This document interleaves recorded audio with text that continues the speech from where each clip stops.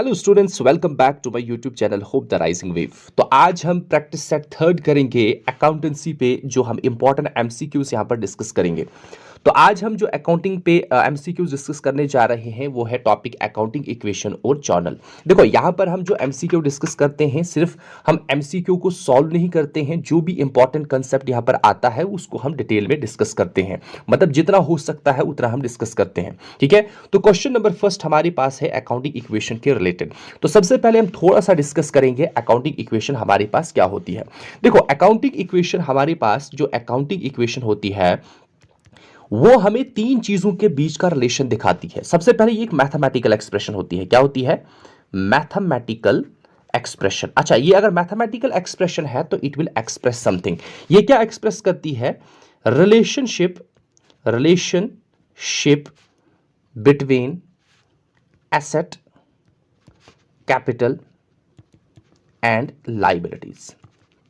ठीक है। ये इस इक्वेशन के अकॉर्डिंग हमेशा ये फॉलो करना चाहिए कि जो हमारे पास बिजनेस एंटिटी होती है उसके एसेट्स जो होते हैं वो हमेशा बिजनेस एंटिटी के लाइबिलिटीज के बराबर होती है, मींस क्लेम्स के बराबर होती हैं।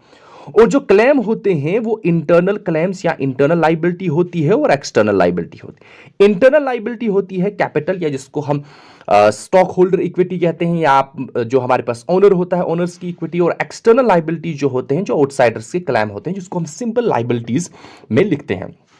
अब देखो हमारे पास जब अकाउंटिंग इक्वेशन हमें रिलेशनशिप इन तीन चीजों के बारे में बताती है, तो जब हम कोई भी बिजनेस ट्रांजैक्शन करते हैं उसको रिकॉर्ड करते हैं, तो हमारे पास चीज क्या होता है कि अगर हमने एसेट रिकॉर्ड किया, हमने कैपिटल रिकॉर्ड किया, ठीक है कि नहीं, हमने लाइबिलिटीज रिकॉर्ड की, इन तीन चीजों के बीच का रिलेशन दिखाया। इन तीन चीजों का जो रिलेशन होता है वो एक्चुअल में ये तीन इंपॉर्टेंट कंपोनेंट्स जो है हमारे पास बन जाते हैं important components of balance sheet. किसके बनते हैं? बैलेंस शीट में, क्योंकि बैलेंस शीट में यही तीन चीजें होती हैं। इसलिए इस इक्वेशन को कभी कभार बैलेंस शीट इक्वेशन भी कहा जाता है। ये आपको माइंड में रखना है। अब देखो हमने इसको इस पे देखना है कि ये अकाउंटिंग, ये जो हमारे पास अकाउंटिंग इक्वेशन है ये किस अकाउंटिंग प्रिंसिपल की इंप्लीकेशन है। अगर आपको याद होगा हमने ये पढ़ा था स्टार्टिंग में कि अगर हमारे पास कोई ट्रांजैक्शन होती है, क्या होती है? ट्रांजैक्शन होती है। तो ट्रांजैक्शन में हमारे पास एटलीस्ट दो इफेक्ट होते हैं। क्या होते हैं? दो इफेक्ट होते हैं, ड्यूअल एस्पेक्ट्स होते हैं। क्या होते हैं? ड्यूअल एस्पेक्ट मींस हर एक ट्रांजैक्शन को आपको एटलीस्ट दो अकाउंट में रिकॉर्ड करना है। क्या करना है? दो अकाउंट में, जिसमें एक अकाउंट डेबिट होगा और दूसरा अकाउंट हमारे पास क्या होगा? क्रेडिट होगा। ठीक है। तो इसका मतलब यह है कि जितना आपने रिसीव किया उतना आपने दिया। मींस जितना आपके पास एसेट्स होंगे उतनी ही आपके पास लाइबिलिटी होगी। ये जो अकाउंटिंग इक्वेशन है, ये जो एक्सप्रेशन है, ये बैलेंस्ड होना चाहिए। ये जो एसेट और लाइबिलिटीज का जो एक्सप्रेशन है ये हमेशा बैलेंस होना चाहिए। मीन एसेट और लाइबिलिटी जो है वो दोनों बराबर होनी चाहिए। मींस एसेट जो होना चाहिए वो हमेशा कैपिटल प्लस लाइबिलिटीज के बराबर होना चाहिए। आपको माइंड में रखना है। अब हम क्वेश्चन पे आते हैं। जो हमारे पास क्वेश्चन है उस पे हम आते हैं, तो हम देखते हैं कि हमारे पास क्वेश्चन जो है वो क्या बता रहा है। देखो हमारे पास क्वेश्चन नंबर 1 है, वो कहता है कि अकाउंटिंग इक्वेशन जो है it is the implication, it is the outcome, it is the result of which accounting principle. देखो एक्रूवल कंसेप्ट हमने डिस्कस किया, एक्रूवल कंसेप्ट के अकॉर्डिंग तो है नहीं ये। उसके बाद गोइंग कंसर्न कंसेप्ट बिल्कुल ये नहीं है। उसके बाद ड्यूअल एस्पेक्ट कंसेप्ट, इसका करेक्ट आंसर हमारे पास है ड्यूअल एस्पेक्ट कंसेप्ट, क्योंकि ड्यूअल एस्पेक्ट कंसेप्ट के बेसिस पर ही हमारे पास बन जाती है अकाउंटिंग इक्वेशन। या हम ऐसा कह सकते हैं, कभी कभार आपको पूछा जा सकता है what is the mathematical expression of dual aspect concept जो हमारे पास है उसका क्या है? That is accounting equation. तो ये था क्वेश्चन नंबर फर्स्ट। उसके बाद है हमारे पास क्वेश्चन नंबर 2, बहुत ही ज्यादा इंपॉर्टेंट क्वेश्चंस है। इस तरीके के क्वेश्चन अगर आपको पूछा जा सकता है तो कभी कभार कंफ्यूजन हो सकती है। Which of the following equation correctly expresses, आपको नीचे एक इक्वेशन दी होगी, वो इक्वेशन हमारे पास ऑब्वियसली अकाउंटिंग इक्वेशन होगी। ठीक है, अकाउंटिंग इक्वेशन होगी। आपको दिखाना है कि जो आपके पास नीचे अकाउंटिंग इक्वेशन या कोई भी इक्वेशन दी है, आपने देखना है कि इसमें करेक्ट रिलेशनशिप जो है एसेट, लाइबिलिटीज, रेवेन्यू, एक्सपेंसेस और कैपिटल्स के बीच में सबसे करेक्ट हमारे पास रिलेशनशिप कौन सी इक्वेशन दिखा रही है नीचे 4 ऑप्शंस में। ठीक है, तो 4 ऑप्शन हमारे पास इस तरीके के दिए हैं। ठीक है, हमारे पास दिया है asset is equals to capital minus revenue minus expenses plus liability. इसी तरीके से दूसरा ऑप्शन है, इसी तरीके से तीसरा ऑप्शन है, चौथा ऑप्शन है। देखो इन ऑप्शन को कैसे हम सिलेक्ट कर सकते हैं? हमें तो इतना पता है कि एसेट, जनरली हमें पता है asset is equals to capital plus liability. ठीक है, तो अब हम ऑब्जेक्शन करेंगे कि हमारे पास जो क्वेश्चन है वो रॉन्ग है, इसमें कोई ऑप्शन है ही नहीं। लेकिन ऐसा नहीं है। देखो, जब आपके पास एसेट है, आपके पास कैपिटल है, आपके पास लाइबिलिटी है, आपके पास ये अकाउंटिंग इक्वेशन है, ये परफेक्ट अकाउंटिंग इक्वेशन है। जब आपने प्रॉफिट अर्न करते हैं, क्या करते हैं, प्रॉफिट अर्न करते हैं, या आपको लॉस इंकर होता है, ठीक है कि नहीं, प्रॉफिट और लॉस की वजह से किस चीज पे इफेक्ट होता है आप बताएंगे। प्रॉफिट और लॉस पे इफेक्ट, प्रॉफिट का और लॉस का इंपैक्ट जो होता है वो इंपैक्ट होता है कैपिटल पे। किस पे, कैपिटल पे। देखो, अगर आपको प्रॉफिट हुआ, अगर आपको क्या हुआ, प्रॉफिट हुआ, आपकी कैपिटल इंक्रीज होगी, क्या होगी, इंक्रीज होगी। अगर आपका लॉस हुआ, अगर आपका लॉस हुआ तो कैपिटल जो हमारे पास होगी वो डिक्रीज होगी, क्या होगी, डिक्रीज होगी। लेकिन हमें पता है, हमें यह पता है कि प्रॉफिट का मतलब क्या होता है। देखो, हमारे पास क्या है, हमारे पास कैपिटल है, क्या है, कैपिटल है। कैपिटल कब इंक्रीज होगी, जब प्रॉफिट होगा, क्या होगा, जब प्रॉफिट होगा। कैपिटल जो हमारे पास है वो डिक्रीज कब होगी, जब हमारे पास लॉस होगा, ठीक है कि नहीं, लॉस होगा। लेकिन हमें पता है प्रॉफिट किसके बराबर होता है, प्रॉफिट होता है किसके बराबर, excess of revenue minus expenses. Means revenue minus expense होता है, या excess of revenue over expenses. Loss किसके बराबर होता है, एक्सपेंसेस माइनस रेवेन्यू, ठीक है कि नहीं, मतलब जब एक्सपेंसेस ज्यादा होंगे रेवेन्यू से। अब आप देखेंगे, जब आपका प्रॉफिट होगा तो कैपिटल इंक्रीज होगा। मींस जितना प्रॉफिट इंक्रीज हुआ, जितना प्रॉफिट हुआ वो कैपिटल में ऐड होगा। प्रॉफिट किसके बराबर होता है, रेवेन्यू माइनस एक्सपेंसेस। अब आप यहां पर इक्वेशन में आ जाएंगे। देखो, अगर आप ऑप्शन बी को देखेंगे, asset is equals to capital plus liability, ठीक है कि नहीं, एड और क्या हुआ है, रेवेन्यू माइनस एक्सपेंसेस, ठीक है कि नहीं, रेवेन्यू माइनस एक्सपेंस क्या है, प्रॉफिट है, ठीक है नहीं, ये इक्वेशन सेटिस्फाई हो रही है, इसलिए हमारे पास ऑप्शन बी जो है वो करेक्ट है। ठीक है, इसको हम कभी कभार कहते हैं expanded form of accounting equation. उसके बाद हमारे पास नेक्स्ट क्वेश्चन जो हमारे पास है, नेक्स्ट क्वेश्चन हमारे पास क्वेश्चन नंबर 3 है। क्वेश्चन नंबर 3 हम डिस्कस करेंगे, if the opening capital is rupees 80,000। अगर ओपनिंग कैपिटल हमारे पास 80,000 है और क्लोजिंग कैपिटल हमारे पास कितनी है, 1 लाख है, then what is the amount of profit और लॉस। अब हमने देखना है यहां पर प्रॉफिट और लॉस कितना हुआ है। देखो, ये क्वेश्चन जो है FAA में आया था, जो प्रीवियस एग्जाम हुआ था उसमें ये क्वेश्चन आया था।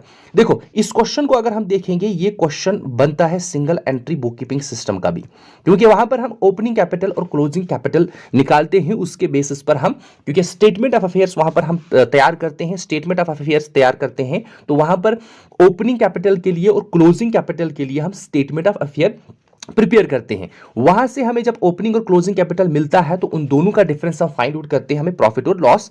एक्चुअल में ये उस बेसिस पर है, उस बेस पर क्वेश्चन है, लेकिन हम इसको अकाउंटिंग इक्वेशन के बेसिस पर भी निकाल सकते हैं, क्योंकि वहां पर भी हम अकाउंटिंग इक्वेशन ही इस्तेमाल करते हैं। जनरली ये किसका क्वेश्चन है, single entry book keeping system, जो हमारे पास एक टॉपिक भी है। ठीक है, तो अब हम देखेंगे, इसको सॉल्व करते करेंगे कि इसका आंसर क्या आ सकता है।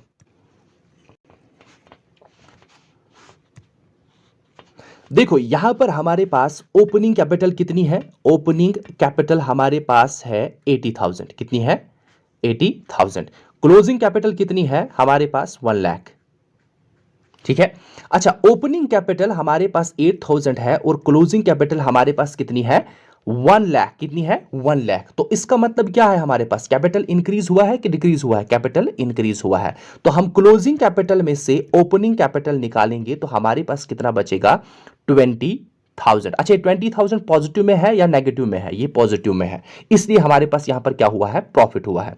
क्योंकि single entry book keeping system में, single entry book keeping system में जब हम प्रॉफिट, क्योंकि हम प्रॉफिट लॉस अकाउंट वहां पर प्रिपेयर नहीं करते हैं, हम statement of profit and loss measure करते हैं। वो कैसे हमें पता चलता है, हम ओपनिंग कैपिटल निकालते हैं बाय यूजिंग अकाउंटिंग इक्वेशन, ठीक है कि नहीं, और क्लोजिंग कैपिटल निकालते हैं, उसके लिए भी अकाउंटिंग इक्वेशन इस्तेमाल करते हैं। दोनों का डिफरेंस फाइंड आउट करते हैं, अगर पॉजिटिव होगा तो प्रॉफिट, अगर नेगेटिव होगा तो लॉस, ठीक है कि नहीं। इसलिए इस क्वेश्चन का आंसर जो होगा that will be option C, profit 20,000। ठीक है, नेक्स्ट क्वेश्चन हमारे पास है क्वेश्चन नंबर 4। तो क्वेश्चन नंबर 4 क्या कहता है, which of the following is correct. ये भी FAA में आया था, फाइनेंस अकाउंट असिस्टेंट में जो प्रीवियस एग्जाम हुआ था। Which of the following is correct, ये सिंपल अकाउंटिंग इक्वेशन हमारे पास है, आपको देखना है कौन सी करेक्ट इक्वेशन है। देखो equity is equals to asset, पर सिंपल आपने क्या करना है, आपको पता है asset is equals to capital plus liability. Capital को ओनर इक्विटी भी कहते हैं, स्टेक होल्डर इक्विटी भी कहते हैं, स्टॉक होल्डर इक्विटी भी कहते हैं, या सिंपल कैपिटल भी कहते हैं, या इंटरनल लाइबिलिटी भी कहते हैं, जैसे भी दिया होगा। अब देखेंगे आप यहां पर हमारे पास asset is equals to capital plus liability, कौन सा ऑप्शन हमारे पास है, this is option C, asset is equals to capital plus liability. तो ऑप्शन सी इसका करेक्ट आंसर है। उसके बाद हमारे पास है क्वेश्चन नंबर 5। तो क्वेश्चन नंबर 5 हमारे पास क्या कहता है, ये एग्जैक्ट हमारे पास, ये भी फाइनेंस अकाउंट असिस्टेंट पे आया था, ये एग्जैक्ट अकाउंटिंग इक्वेशन पे बेस्ड है। देखो जो अभी हमने प्रीवियस क्वेश्चन किया क्वेश्चन नंबर 3, वो single entry book keeping system में है, लेकिन वहां पर अप्लाई होती है अकाउंटिंग इक्वेशन जब हम ओपनिंग और क्लोजिंग कैपिटल निकालते हैं, इसलिए हमने उस क्वेश्चन को इसमें रखा है। अब क्वेश्चन नंबर 5 जो है ये डायरेक्टली अकाउंटिंग इक्वेशन के बेस्ड पर है। ये कहता है कि हमारे पास एक बिजनेस एंटिटी है, उसके पास एसेट कितना है, उसके पास एसेट है 2 लाख, कितना है 2 लाख, और इक्विटी कितनी है, कैपिटल कितनी है 50,000, then what will be the liability. बिल्कुल इजी है, आपके पास बिजनेस एंटिटी में एसेट कितना है, आपके पास एसेट है 2 लाख, कितना है 2 लाख, आपके पास इक्विटी कितनी है, अच्छा लाइबिलिटी है आपके पास, क्या इक्विटी है आपके पास, मींस कैपिटल की जगह आप क्या लिखेंगे 50,000, आपके पास लाइबिलिटी है, लाइबिलिटी नहीं है, निकालनी है, तो इसको इधर ट्रांसपोज करेंगे तो हमारे पास कितना बचेगा 1,50,000 लाइबिलिटी। तो 1,50,000 लाइबिलिटी हमारे पास आंसर है। ठीक है, बिल्कुल इजी है, अगर आपको कंसेप्ट क्लियर होंगे बिल्कुल आसानी से आप इनको सॉल्व कर सकते हैं। अब एक क्वेश्चन नंबर 6 जो हमारे पास है, क्वेश्चन नंबर 6 बिल्कुल इसी तरीके से है, आप इसको निकाल सकते हैं, बिल्कुल आसान है। तो क्वेश्चन नंबर 6 में हमारे पास क्या है, कंपनीज का एसेट जो है वो इंक्रीज हुआ है बाय 8 करोड़ और लाइबिलिटी जो है वो डिक्रीज हुआ है कितना 2 करोड़। इक्विटी मस्ट देयरफॉर, आप आपने क्या निकालना है, इक्विटी मींस आपने कैपिटल निकालना है। आपके पास एसेट कितना है, आपको सिंपल इक्वेशन लिखना है, asset is equals to capital plus liability. ठीक है, एसेट आपको इंक्रीज हुआ है 8 करोड़, कितना हुआ है 8 करोड़, और आपके पास इक्विटी कितनी है ये आपको निकालनी है, प्लस लाइबिलिटी क्या है, लाइबिलिटी डिक्रीज हुई है, क्या हुई है डिक्रीज, तो आपको माइनस लिखना है कितना 2 करोड़। ठीक है कि नहीं, तो आपके पास टोटल इक्विटी जो होगी सी विल बी इक्वल्स टू 8, ये इधर आ जाएगा प्लस 2, तो ये आपके पास कितना हो जाएगा 10। तो आपके पास इंक्रीज हुआ कैपिटल, कितना इंक्रीज हुआ बाय 10 करोड़, तो इसका मतलब इसका ऑप्शन क्या होगा, इंक्रीज्ड बाय 10 करोड़। ठीक है, बिल्कुल इजी है। आप यहां पर देखो, यहां पर आपको ध्यान रखना है इंक्रीज हो रहा है, जब हम अकाउंटिंग इक्वेशन में क्वेश्चन सॉल्व करते हैं, न्यूमेरिकल सॉल्व करते हैं, तो एसेट इंक्रीज हुआ तो हम ऐड करते हैं, लाइबिलिटी डिक्रीज हुई तो डिक्रीज करते हैं, नेगेटिव करते हैं। ठीक है, तो अब हमारे पास नेक्स्ट क्वेश्चन जो है, नेक्स्ट क्वेश्चन हमारे पास क्वेश्चन नंबर 7 है। क्वेश्चन नंबर 7 बहुत ही इंटरेस्टिंग हमारे पास है, क्वेश्चन नंबर 7 बहुत ही इंटरेस्टिंग है। Find the value of account receivable, आपको क्या निकालना है, वैल्यू ऑफ अकाउंट रिसीवेबल। देखो सबसे पहले आपको पता होना चाहिए अकाउंट रिसीवेबल होता है आउटस्टैंडिंग, हमारे पास जो चीज होती है जो अभी हमने रिसीव नहीं किया है लेकिन हमने अर्न किया है। अगर हमने अर्न किया है तो ये हमारे पास होता है एसेट, क्या होता है एसेट। ये बता रहा है आपने निकालना है अकाउंट रिसीवेबल फ्रॉम फॉलोइंग, आपके पास कुछ चीजें दी हैं, जैसे कैश दिया है, अकाउंट पेएबल दिया है, ऑफिस इक्विपमेंट दिया है, ओनर्स इक्विटी दी है, यहां से आपको निकालना है अकाउंट रिसीवेबल। ठीक है, मतलब आपको कितना मिलने वाला है वो आपको एसेट की वैल्यू निकालनी है। देखो हमारे पास क्या है कि हम यहां पर अकाउंटिंग इक्वेशन का इस्तेमाल करेंगे, हमें पता होता है एसेट किसके बराबर है, कैपिटल प्लस लायबिलिटी। हमारे पास एसेट यहां पर क्या क्या है, कैश इज एसेट, उसके बाद हमारे पास ऑफिस इक्विपमेंट एसेट है, उसके बाद ओनर्स इक्विटी हमारे पास कैपिटल है, और हमारे पास अकाउंट पेएबल जो है is the liability, it's a payable. ठीक है कि अकाउंट पेएबल हमेशा लायबिलिटी होती है। तो एसेट हमारे पास कितना है, कैश कितना है हमारे पास 48,000, कितना है 48,000, और क्या है हमारे पास 21,000, ये क्या है हमारे पास, ये हमारे पास ऑफिस इक्विपमेंट, दोनों एसेट है, दोनों को ऐड हम करेंगे, हमारे पास टोटल कितना आ जाएगा, हमारे पास टोटल आ जाएगा 69,000। ठीक है कि नहीं, हमारे पास कितना आया 69,000। उसके बाद कैपिटल कितना है, कैपिटल हमारे पास है 77,000, लाइबिलिटी अकाउंट्स पेएबल कितना है 33,000। ठीक है नहीं, अगर हम अब कैपिटल और लाइबिलिटी को दोनों को ऐड करेंगे तो ये हमारे पास बन जाता है 1,10,000, 1,10,000। ठीक है कि नहीं, तो ये हमारे पास कितना बन जाता है 1,10,000। 10,000। अब देखो, हमने स्टार्टिंग में आपको बताया कि अकाउंटिंग इक्वेशन जो है वो बैलेंस करनी चाहिए। क्या ये साइड और ये साइड बराबर है, एसेट लायबिलिटीज के बराबर है? नहीं है।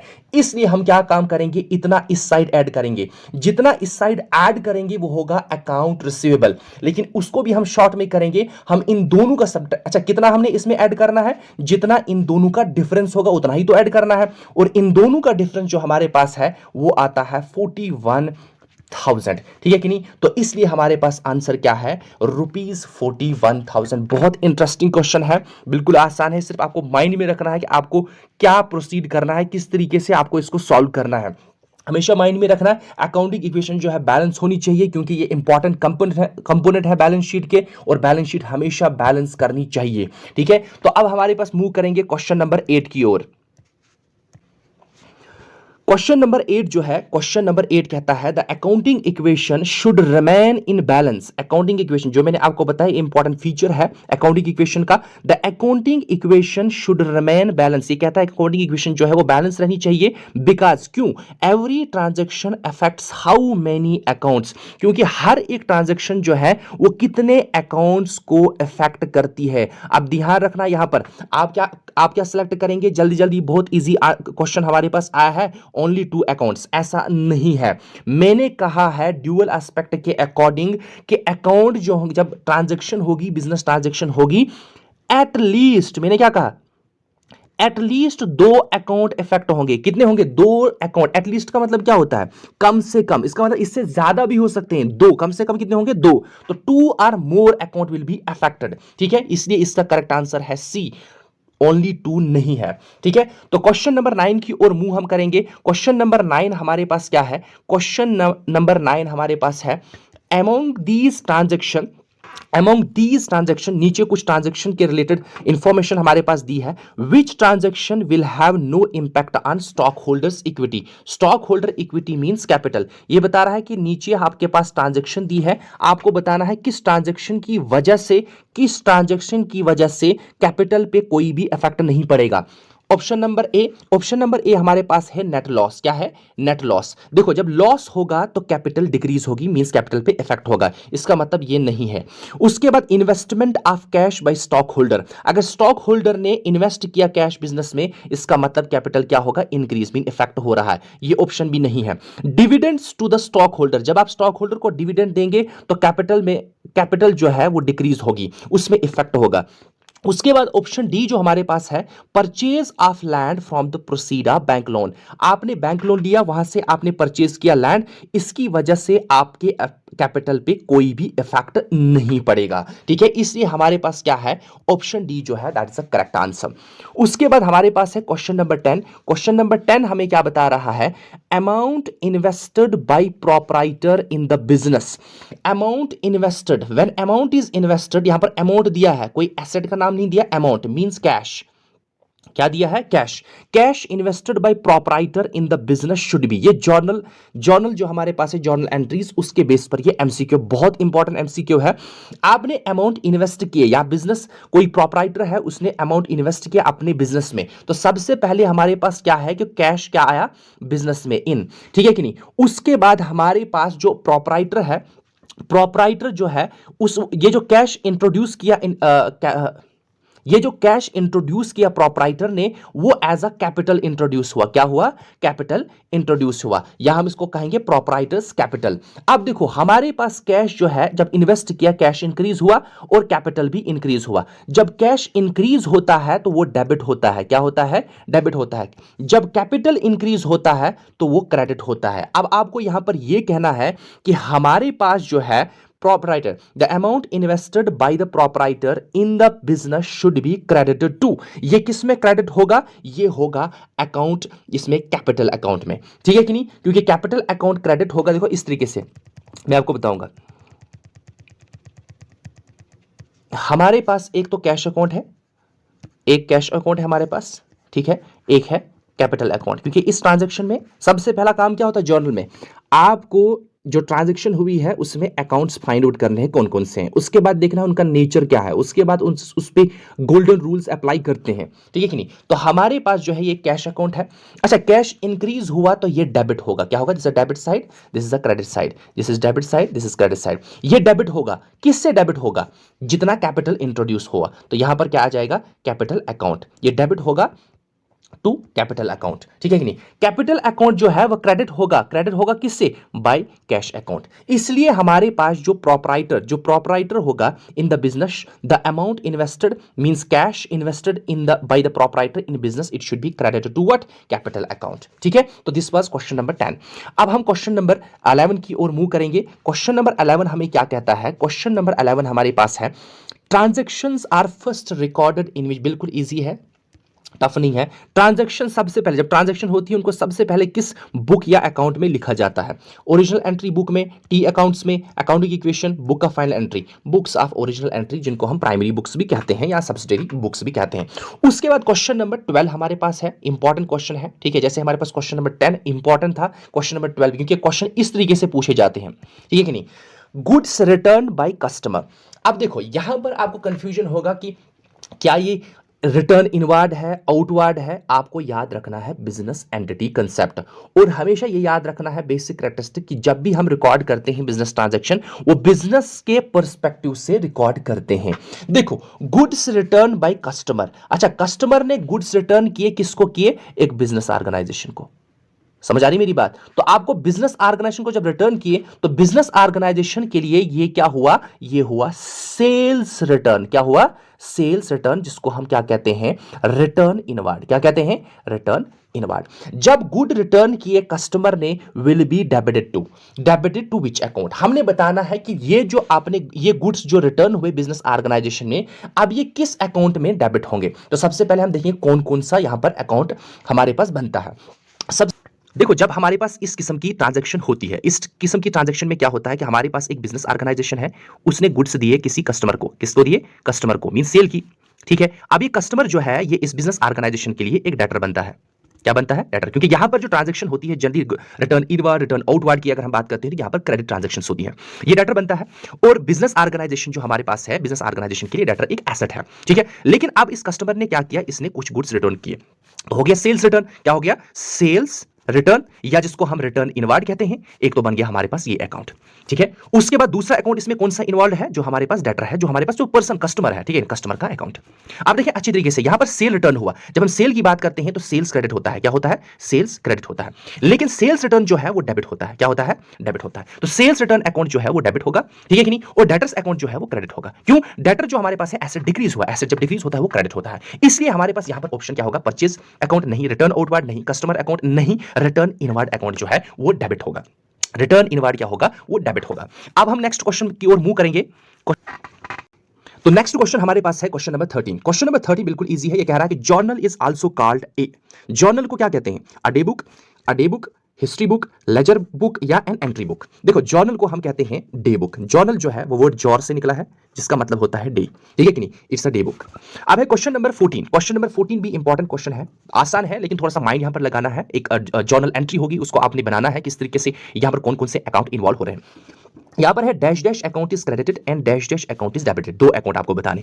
इन केस, अब यहां पर ट्रांजैक्शन किस केस में, wages are paid for construction of business, आपने वेजेस पे की, वेजेस हमारे पास होता है एक्सपेंसेस, क्या होता है, एक्सपेंसेस, और ये हमारे पास आ जाता है परचेज में, ठीक है कि नहीं, purchase, because purchase are expenses, तो एक्सपेंसेस में हमारे पास क्या आ रहा है, वेजेस। वेजेस किसको दे रहे हैं, वेजेस दे रहे हैं for construction of business premises. देखो जब भी आपको एक्सपेंस दिया होगा और ये नहीं बताया होगा कि किस चीज के लिए हमने एक्सपेंस किया है, अच्छे तरीके समझना, अगर वेजेस दिया है लेकिन ये नहीं बताया है कि आपके पास जो एक्सपेंस जिस चीज पे कर रहे हैं, सपोज आपने कुछ परचेज किया, हमने बताया परचेज ऑफ ₹500, ठीक है नहीं, हमने चीज नहीं बताया, तो उस केस में हमारे पास यहां पर होता है परचेज अकाउंट डायरेक्ट इन्वॉल्व, हम लिखते हैं परचेज अकाउंट। लेकिन अगर लिखा है परचेज ऑफ ₹500, हमने क्या लिया, कंप्यूटर, तो परचेज की जगह हमने क्या लिखना है, कंप्यूटर अकाउंट, क्या लिखना है, कंप्यूटर अकाउंट, ये हमेशा माइंड में रखना है। अब यहां पर देखेंगे हमने वेज पे की किस चीज के लिए, बिजनेस प्रमाइस के लिए, तो यहां पर जो एक्सपेंस है वो हमें बताया किस चीज के लिए, बिजनेस प्रमाइस के लिए, तो एक हमारे पास क्या बनता है, बिजनेस प्रमाइस अकाउंट, क्या बनता है, बिजनेस प्रमाइस। लेकिन जब हमने वेज पे की तो हमने किस में दी, हमने पे किया वेजेस आउट ऑफ कैश, क्या दिया, कैश, तो दूसरा हमारे पास क्या अकाउंट बनता है, कैश अकाउंट। जब हमने कैश दिया तो कैश कैश डिक्रीज हुआ तो कैश डिक्रीज हुआ तो ये क्रेडिट होगा, ठीक है नहीं। परचेज इज एन एक्सपेंस, तो एक्सपेंस हमारे पास क्या होता है, डेबिट। क्या होता है, डेबिट। इसका मतलब ये है हमारे पास इसमें कौन कौन से अकाउंट इन्वॉल्व होंगे, कौन सा अकाउंट क्रेडिट होगा, कैश अकाउंट जो हमारे पास है वो क्रेडिट होगा, कैश अकाउंट क्रेडिट होगा, और प्रीमाइसेस बिजनेस प्रीमाइसेस अकाउंट जो है वो डेबिट होगा। इसलिए हमारे पास इसका करेक्ट आंसर जो हमारे पास है वो ऑप्शन नंबर बी है। देखो यहाँ पर सी भी ऐसा ही लेकिन उल्टा है, ठीक है कि नहीं। ऐसा माइंड में रखना है कि हमारे पास ऑप्शन क्या है, जल्दबाजी नहीं करनी है। तो क्वेश्चन नंबर 14 है, क्वेश्चन नंबर 15 की ओर मूव करेंगे। तो क्वेश्चन नंबर 15 जो हमारे पास है, क्वेश्चन नंबर 15 हमारे पास ये बता रहा है कि journal lists transaction in which order. बिल्कुल इजी है, जब हम जर्नल में ट्रांजैक्शन रिकॉर्ड करते हैं वो on the basis of date time के हिसाब से हम रिकॉर्ड करते हैं, तो इसका क्रोनोलॉजिकल आर्डर बिल्कुल इजी है, आंसर ज्यादा डिस्कस करने की जरूरत नहीं है। क्वेश्चन नंबर 16 जो है, among this statement which one is incorrect regarding journal entry. Journal entry के रिगार्डिंग कौन सी नीचे दी गई स्टेटमेंट जो है वो इनकरेक्ट है। अब हम देखेंगे, the debit account titles are listed. First बिल्कुल ठीक है, क्योंकि डेबिट अकाउंट्स जो हमारे पास होते हैं वो पहले लिखते हैं, हम लिखते हैं ना ऐसे, जो अकाउंट हमारे पास है डेबिट हुआ है, फिर हम लिखते हैं टू जो क्रेडिट हुआ है, ठीक है नहीं। तो पहले हमारे पास डेबिट अकाउंट लिखते हैं, बिल्कुल ठीक है। Journal entry show the effect transaction, बिल्कुल ठीक है, क्योंकि जर्नल एंट्री जब हम लिखते हैं तो वो हमें बताते हैं कि ट्रांजैक्शन का इफेक्ट क्या हुआ है, बिजनेस एंटिटी पे क्या हुआ है। Each journal entry should begin with a date, बिल्कुल परफेक्ट है, क्योंकि हर एक जर्नल एंट्रीज के साथ हम डेट लिखते हैं पहले। Journal entries provide account balance, बिल्कुल भी नहीं, जर्नल एंट्रीज हमें अकाउंट बैलेंस नहीं प्रोवाइड करते हैं। ये जनरली हम या तो लेजर में हम देखते हैं या फिर ट्रायल बैलेंस में हम देखते हैं अकाउंट्स का बैलेंस। तो इसलिए हमारे पास इनकरेक्ट जो है, इन सब में से इनकरेक्ट कौन सा है, ऑप्शन बी, ठीक है। तो क्वेश्चन नंबर 17 की ओर मूव करेंगे। क्वेश्चन नंबर 17 हमारे पास है, बहुत ही इंपॉर्टेंट क्वेश्चन हमारे पास क्वेश्चन नंबर 17 है। क्वेश्चन नंबर 17 हमें क्या कहता है, कैश विड्रॉवल। देखो हर एक पॉइंट पे, हर एक टर्म पे फोकस रखना है, जल्दबाजी नहीं करना। कैश विड्रॉवल, क्या विड्रॉ किया है, कैश विड्रॉ किया है, कोई और ऑब्जेक्ट विड्रॉ नहीं किया है। Cash withdrawal by from business, किससे, बिजनेस से विड्रॉ किया किसने, प्रोप्राइटर मीन जो हमारे पास ओनर है उसने बिजनेस से कुछ कैश जो है विड्रॉ किया, शुड बी क्रेडिटेड टू। अब देखो, जब हमारे पास बिजनेस में प्रोप्राइटर जो है कैश विड्रॉ करता है फॉर पर्सनल अकाउंट के लिए, तो हमारे पास वो होता है आउट ऑफ टोटल कैश, हमारे पास जो होता है वहां से उसे निकाला। इसलिए हमारे पास यहां पर एक अकाउंट क्रिएट होता है, ड्राइंग अकाउंट। क्या होता है, ड्राइंग अकाउंट। ये हमारे पास पर्सनल अकाउंट है, ड्राइंग अकाउंट जो हमारे पास है वो एक पर्सनल अकाउंट हमारे पास है, क्योंकि ड्राइंग्स का मतलब ये है कि जो आपने बिजनेस एंटिटी से कुछ निकाला वो आप पर्सनल इस्तेमाल कर रहे हैं। दूसरा हमारे पास क्या है, दूसरा हमारे पास है कैश। क्या है, कैश, क्योंकि जब आपने ड्राइंग्स की तो आपकी बिजनेस एंटिटी में कैश डिक्रीज हुआ। जब हमारे पास कैश डिक्रीज होता है, देखो ड्राइंग अकाउंट तो यहां पर क्योंकि this is personal account, is the receiver of benefit, तो ये डेबिट होगा, ठीक है नहीं। लेकिन कैश डिक्रीज होता है, कैश हमारे पास क्या होता है, एसेट। क्या होता है, एसेट। जब एसेट डिक्रीज होता है, एज पर मॉडर्न अप्रोच, जब एसेट डिक्रीज होता है तो वो क्रेडिट होता है। इसलिए हमारे पास इसका ऑप्शन क्या है, कैश अकाउंट। उसके बाद है क्वेश्चन नंबर 18। क्वेश्चन नंबर 18 हमारे पास क्या है, which one of the following is called book of original entry. बिल्कुल आसान है, कौन सी बुक को हम बुक ऑफ ओरिजिनल एंट्री कहते हैं। ओरिजिनल मीन सबसे पहले किस बुक में हम ट्रांजैक्शन रिकॉर्ड करते हैं, general journal, not a ledger, general journal. उसके बाद हमारे पास है question number 19। Question number 19, in case of hire purchases, बहुत ही इंटरेस्टिंग क्वेश्चन है। In case of hire purchases asset account is debited with. Hire purchases में एसेट अकाउंट जो है, जो एसेट अकाउंट होगा वो किस चीज से डेबिट होगा, ठीक है नहीं। हायर परचेज का मतलब क्या होता है कि जब हम कोई चीज लेते हैं ना, जैसे हमने कोई कंप्यूटर लिया, कोई लैंड लिया, वट जो भी लिया, लेकिन हम पे करते हैं इंस्टॉलमेंट में। इंस्टॉलमेंट जितना हम पे करेंगे उतना उतना रिकॉर्ड करते हैं, जब तक हम कंप्लीट पे करते हैं तब तक हमारे पास ओनरशिप नहीं होती है। हायर परचेज में अब क्या होता है, देखो सबसे पहले हमारे पास हायर परचेज में आपने तो पे किया, ठीक है नहीं। जब आपने पे किया तो आपने इन टर्म्स ऑफ कैश पे किया, ठीक है नहीं। तो आपके पास एक कैश अकाउंट प्रिपेयर हुआ। उसके बाद आपको ये बता रहा है कि एसेट, आपने जो एसेट दिया है और हायर परचेज एसेट अकाउंट तैयार हुआ, ठीक है कि नहीं। जब आप परचेज करेंगे तो आपके पास कैश जो आपके पास होगा, कैश डिक्रीज होगा। क्या होगा, कैश डिक्रीज होगा। और एसेट जो हमारे पास है, एसेट इंक्रीज होगा, मींस कि आपने एसेट लिया, asset comes with in the business, लेकिन कैश जो है वो आपके पास डिक्रीज होता है। जब कैश डिक्रीज होता है तो कैश अकाउंट जो हमारे पास है वो क्रेडिट होगा। क्या होगा, क्रेडिट होगा। लेकिन एसेट अकाउंट जो होगा वो डेबिट होगा। लेकिन डेबिट किससे होगा, डेबिट किससे होगा, to cash account, to cash account, ठीक है नहीं। मींस इसमें कौन सा जो डेबिट साइड, हम एसेट अकाउंट के डेबिट साइड में हम कौन सा अमाउंट लिखेंगे, कैश, जितना हमने पे किया, ठीक है। इसलिए हमारे पास इसका ऑप्शन जो होगा, ऑप्शन बी करेक्ट होगा। कैश प्राइस से हम इसको डेबिट करेंगे, ठीक है। उसके बाद हमारे पास है क्वेश्चन नंबर 20। क्वेश्चन नंबर 20 क्या कहता है, according to double entry book keeping system, salary paid to clerk, आपने सैलरी पे की क्लर्क को, इज अ, ये जो आपने सैलरी पे की, जब आप सैलरी पे करते हैं इट इज एन एक्सपेंस। ये क्या है, एक्सपेंस, रेवेन्यू एक्सपेंडिचर है, आपने एक्सपेंस किया। इज अ, जो भी हमारे पास एक्सपेंसेस होती हैं, लॉसेस होते हैं, इनकम होते हैं, रेवेन्यू होते हैं, वो हमारे पास होते हैं नॉमिनल ट्रांजैक्शन। क्या होती है, आपने दिखाना है कि इन चार ऑप्शन में ये कौन सी ट्रांजैक्शन है, obviously it's a nominal transaction. तो this was all about today's lecture. Hope you are enjoying these MCQs. तो नेक्स्ट हम इस पे कुछ क्वेश्चन करेंगे और नेक्स्ट मूव करेंगे लेजर की ओर। थैंक्स।